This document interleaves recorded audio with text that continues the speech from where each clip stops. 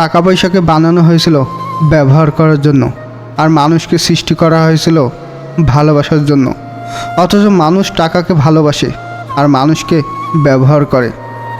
তুমি বদলে গেছো, তাতে আমার কোনো দুঃখ নেই। আমি আমার বিশ্বাসের জন্য লজ্জিত। সবার সাথে মিশতে গিয়ে বুঝলাম নিজের আত্মসম্মান থাকা দরকার। সহজে সবার সাথে মিশলে মানুষ সস্তা ভাবে।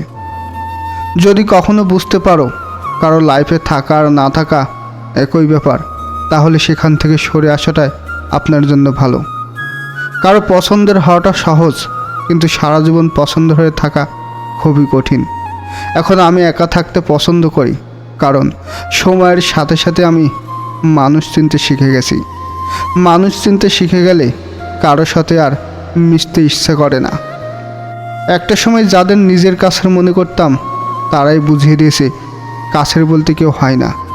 কাছের মানুষগুলো বেশি আঘাত করে। আসলে তোমার কষ্টগুলো শুধু তুমিই বুঝবে, অন্য কেউ কখনোই বুঝবে না, সে যতই কাছের মানুষ হোক না কেন। জীবন খুবই ছোট।